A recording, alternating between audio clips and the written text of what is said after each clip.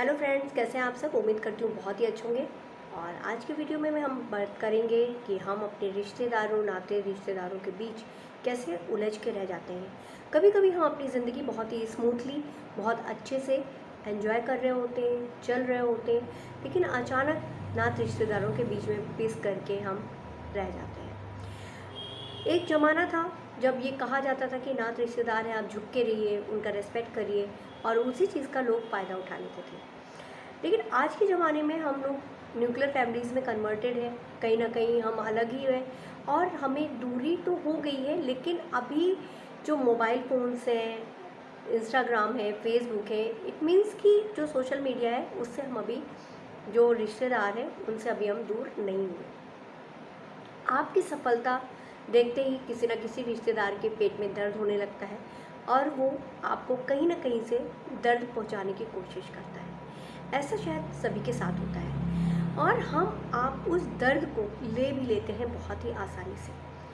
तो हमें क्या करना चाहिए, कैसे करना चाहिए ऐसे नात रिश्तेदारों से, या टॉक्सिक जो लोग होते हैं और वो रिश्तेदार निकल जाएं या बहुत ही करीबी हमारे हों, तो हम उनसे कैसे निपटें, आज उसी पे बात होगी। लेकिन उससे पहले, आगे चलने से पहले मैं कहना चाहूँगी मेरे चैनल को आप सब्सक्राइब करना, लाइक करना बिल्कुल ना भूलें। तो चलते हैं। जो हमारे नात रिश्तेदार होते हैं, मान लिया कि हमारी फैमिली है, हमारा बेटा है, बेटी है, हस्बैंड है, हम वाइफ, एक फैमिली हमारी चल रही है, अच्छे से हम रह रहे हैं, खाना पीना, बच्चों का स्टडी, सब कुछ बहुत ही अच्छे से हो रहा है। लेकिन एकाएक हमारे कुछ ऐसे रिश्तेदार जिनको अपने से कम आपसे ज़्यादा मतलब होगा, वो आपको फ़ोन करके या सोशल मीडिया के माध्यम से या किसी और के माध्यम से आपके बारे में जानना चाहेंगे। और जब कभी उनका कॉल आता है या वो आपसे मिलते हैं तो बोलेंगे, और बच्चे कैसे हैं।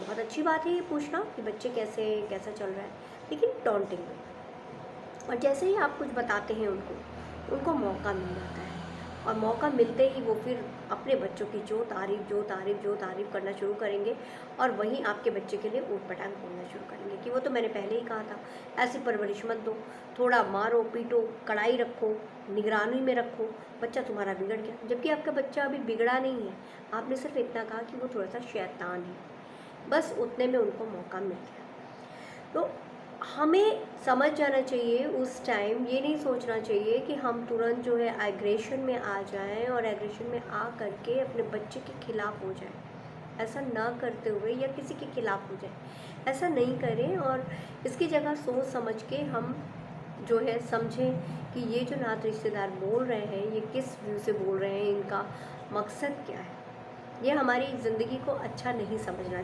करना चाहते, ये हमारी ज़िंदगी में जहर डालने आए हैं।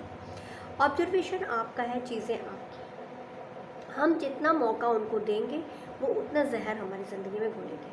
कभी वो आपके घर आए, आपके घर कोई महंगी सी चीज़ आ गई और बस, ये कितने में लिया, कैसा है, अरे मैं भी लेना चाहता हूँ लेकिन ये सब चीज़ें बेकार है, बस लीजिए। आपकी उस चीज़ को, पसंदीदा चीज़ को, मोमेंट को, उस मोमेंट जो भी आपने ले रखा है, मोमेंटम या जो भी चीज़ें हैं आपकी, उसका उसी टाइम उसने जो है वैल्यू ज़ीरो कर दी। इसका मतलब ये नहीं है कि उसकी वैल्यू ज़ीरो है। आपको खींच लगेगी, गुस्सा आएगा, अंदर से रोना भी आ सकता है, और आपको लगेगा ये मैंने इतना इन्वेस्ट किया, क्या इसका सच में वैल्यू नहीं है, ये कह रहा है। तो इन सब चीज़ों से बचिए और ऐसे रिश्तेदारों से उतना ही मतलब रखिए जितना कि वो रखने लायक है। उनकी बातों को वैल्यू मत करिए, उनकी बातें सुनिए और आप भी बोलिए हाँ भाई, हम भी नहीं लाना चाह रहे थे बट लगा ले आए, और आपने पहले नहीं बताया वरना हम बच जाते ये गलती करने से, बस वो खुश हो जाएंगे। ऐसे लोगों को लगता है कि वो बहुत ही बुद्धिमान हैं और बहुत ही बेस्ट हैं, उनकी जो लाइफ स्टाइल है इट्स द बेस्ट, और जो वो सोचते हैं, जो वो करते हैं, जो वो देखते हैं, समझते हैं, वही बेस्ट है, सामने वाला बेवकूफ़ है। तो ऐसे लोग हमारी रिश्तेदारियों में काफ़ी ज़्यादा परेशान करते हैं। और तो और कुछ रिश्तेदार ऐसे भी होते हैं जो कि, अगर आप दो भाई हैं और वो आपके फूफा या कोई भी इस तरह के रिश्तेदार हो गए, या जीजा वगैरह टाइप में, सभी तो नहीं होते लेकिन कुछ ऐसे अक्सर होते हैं, तो वो आपसे आपकी तरह कि हाँ यार तू तो बहुत परेशान रहता है, और वो जो तेरा छोटा वाला है वो तो काफ़ी एंजॉय करता है, और वो तो बिल्कुल परेशान नहीं है, उसने तो सबको पटा के रखा है, तुझे तो पैसे भी नहीं देता, और सबके पैसे भी वो ले लेता है, और वहाँ पे ही लोग जाना पसंद करते हैं, तुझसे तो कोई मतलब नहीं रखना चाहते। इस तरह से एक ज्वलनशील चीज़ों को वो एक्टिवेट करना शुरू कर देते हैं। मतलब उनका ये है, आप पहले से ही घुटे घुटे थे, जले जले थे, और रहा सा उन्होंने क्या किया, उसमें घी और नमक तेल सब डाल दिया, जिससे वो जो है आपका जल तो रहा ही था स्किन, लेकिन उसमें जो है और जलन बन गई और अग्नि प्रज्वलित होने लगी। तो ऐसे लोगों को हमें सुन लेना चाहिए धैर्यपूर्ण, और सुनने के बाद हमें एनालिसिस करनी चाहिए, और ऐसे लोगों को ज़्यादा बातों को समझना नहीं चाहिए, दिल पे नहीं लेना चाहिए। अगर हम नहीं लेते हैं तो हम काफ़ी हैप्पी होते हैं और हमारी अपनी ज़िंदगी बहुत स्मूथ चलती है। अगर हमने ले लिया, वो चले तो गए, अब हम सोच रहे हैं उसने तो ऐसा कहा था, क्या मेरा भाई ऐसे कर रहा है, क्या ऐसा हो रहा है, मैं तो इतने उसमें हूँ, कम में हूँ, वो इतने ज़्यादा में है। तो कंपैरिजन एक होता है, डायरेक्ट इनडायरेक्ट फैमिली में कंपैरिजन शुरू हो जाता है। आप अलग हैं, उसके बावजूद भी कंपेयर हो रहा है। आपको आपके भाई के इनकम से, चीज़ों से कोई मतलब नहीं है, आपकी फैमिली अलग चल रही है, उसकी फैमिली अलग चल रही है, उसके बावजूद भी आपका वहाँ से कुछ ना कुछ कंपैरिजन होने लगा।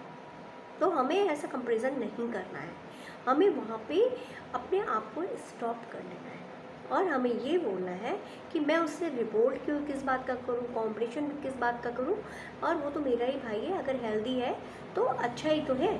ऐसा आप रात रिश्तेदार को भी बोल दीजिए, क्योंकि वो दोबारा आपसे ऐसी कोई भी बात करने से पहले 10 बार समझे कि आप तो उसकी कोई भी बात शुरू होने से पहले ही उसका जवाब दे देते हैं, तो वो डर जाएगा, और दूसरी बार जब भी आपसे बात करेगा बहुत सोच समझ के करेगा, और इस तरह की बात करने से खुद वो डरेगा। तो आप भी बच गए ऐसे टॉक्सिक, गंदे, जो ईर्ष्यालु लोग होते हैं उनसे बच गए, जो अपना उल्लू सीधा करने आए थे आपसे, उनसे आप बच गए, क्योंकि आप जब आपकी तारीफ करेंगे, उनकी बुराई करेंगे, तो आप उनकी सेवा करेंगे। तो एक तो आप उल्लू सीधा जो आपसे करना चाहते थे, उससे आप उल्लू नहीं सीधा कर पाया वो, दूसरा वो आपके मन में ज्वलनशीलता नहीं दे पाया, उसके बाद आपकी जो लाइफ है जो स्मूथ चल रही है, जिसको डिस्ट्रैक्ट करने के लिए वो आया है, वो भी नहीं कर पाया। तो हमें अपनी ज़िंदगी में जो हम रोल दे देते हैं अपने नात रिश्तेदारों को, कुछ ज़्यादा रोल दे देते हैं, कुछ ज़्यादा वैल्यू दे देते हैं, या तो हमारा बहुत मित्र आता है घरेलू टाइप का, वो भी इस तरह के काम करता है।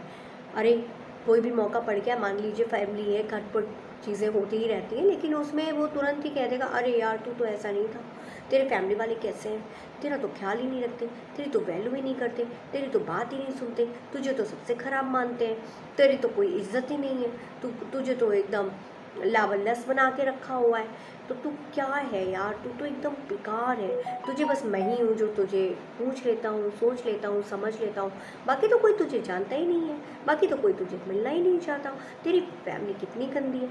हो गया ना काम। आप उस फैमिली को लव करते हो, आप उस फैमिली के बच्चे हो, आपको बहुत अच्छा लगता है, और आपके मन में आके वो कटुता भर के चला गया। क्योंकि देखिए सीधी सी बात है, कोई भी फैमिली हो, 4 लोग होते हैं, 2 लोग होते हैं, तो कुछ ना कुछ 19-20 होता ही है, कुछ ना कुछ ऐसा ज़रूर होता है कि सब कुछ आपके मन का नहीं होगा, कुछ उनका मन होगा, कुछ आपका मन होगा, विचारों का मतभेद होगा, विचार आपस में मतभेद चलते ही रहते हैं, विचारों की मतभेदता में के कारण कभी कभी बहुत बड़ी बड़ी लड़ाइयाँ हो जाती हैं। हमें वहाँ पे बचना होता है कि हम उस चीज़ से कैसे बचें, जिससे हमारी पूरी लाइफ हमें समझ में नहीं आता, और हम उसी चीज़ों में मीन्स कि हम काम कर रहे हैं, अपना आज का कुछ नया प्रोजेक्ट बना रहे हैं, और हम क्या हो गया, हमने सोच लिया अपने फैमिली वालों ने जो हमें बताया था, अपनी फैमिली के विपरीत जितना किया था, उस चीज़ों को हम सोच के बैठे हुए हैं, और वही चीज़ें हमारे दिमाग में चल रही हैं। अब क्या हम प्रोजेक्ट बना पाएंगे, क्या हम अच्छा अपना परफॉर्मेंस दे पाएंगे, क्या हम अपने आप को आगे ले जा पाएंगे, नहीं ले जा पाएंगे, क्योंकि हमने वो ऊर्जा, अपनी एनर्जी को कहाँ कर दिया ट्रांसफ़र, हमने उस बातों में ट्रांसफ़र कर दिया जो कि हमारी बिल्कुल किसी मतलब की नहीं थी, कि हमारी फैमिली कैसी है, मेरे साथ बुरा बर्ताव कर रही है ये। अब जब ऐसी चीज़ें होने लगती हैं तो हमारा बर्ताव फैमिली को लेकर के ख़राब होने लगता है, और हम लोग सोचते समझ नहीं पाते हैं और हमारी फैमिलीज़ के बीच में एक दूरियां होने लगती हैं। ऐसे तो डिस्टेंस वाली दूरी है जो कि कम भी हो जाती है, लेकिन अगर दिलों की दूरियां हो जाती हैं वो आप पास रह करके भी मीलों दूर होते हैं। लेकिन अगर दिलों में नज़दीकियां हैं, दिल आपके एक दूसरे से मेल जोल में है, प्रेम में है, तो मीलों दूर होकर के भी आप बहुत करीब होते हैं। हम समझदारी से, थोड़ी सी अपनी समझदारी दिखाते हुए, काम को करते हुए हम अपने और अपनी फैमिली की लाइफ को बचा सकते हैं, रख सकते हैं। ऐसा हमेशा ये मत सोचिए कि सिर्फ नात रिश्तेदारों के साथ भी होते हैं। बहुत सारे लोग तो बहुत स्मार्ट होते हैं, हस्बैंड वाइफ में भी डिस्प्यूट करा के चले जाते हैं। तो पता चला वो हस्बैंड वाइफ वो चला गया और हस्बैंड वाइफ चू चू चू चू चू चू मैं हो रही है, अब बस हो गया उनका। तो ऐसे लोग भी होते हैं, तो ऐसे लोग से बचें, समझें, सतर्क रहें ऐसे लोग से, तुरंत उनकी वाक्पटुता को समझें कि ये कैसे क्या कह रहा है। तो आपको समझ में आया होगा कि हमें किसी की भी बातों में जल्दी से नहीं आना होता है, हमें उसको एनालिसिस करनी होती है, समझना होता है, उसके बाद हमें उस बातों को जो है आलिंगित करना, मतलब अपने आप में आत्मसात करना होता है, ऐसे नहीं करना होता है। तो हम इन छोटी छोटी सी चीज़ों का ध्यान रखते हुए हम अपने परिवार को, रिलेशनशिप को, और जो टॉक्सिक लोग हैं उनसे भी अपनी दूरी बना सकते हैं और अपने परिवार को सुरक्षित रख सकते हैं। तो ये आप करिए, अपने परिवार को सुरक्षित रखिए, खुश रहिए। ओके, चलती हूँ, टाटा बाय बाय। मुझे सब्सक्राइब करना बिल्कुल ना भूलें, शेयर करना भी ना भूलें, लाइक करना भी ना भूलें। चलती हूँ, अब मिलते हैं नेक्स्ट वीडियो में फिर किसी अच्छे से टॉपिक के साथ। Okay, bye bye, have a nice day.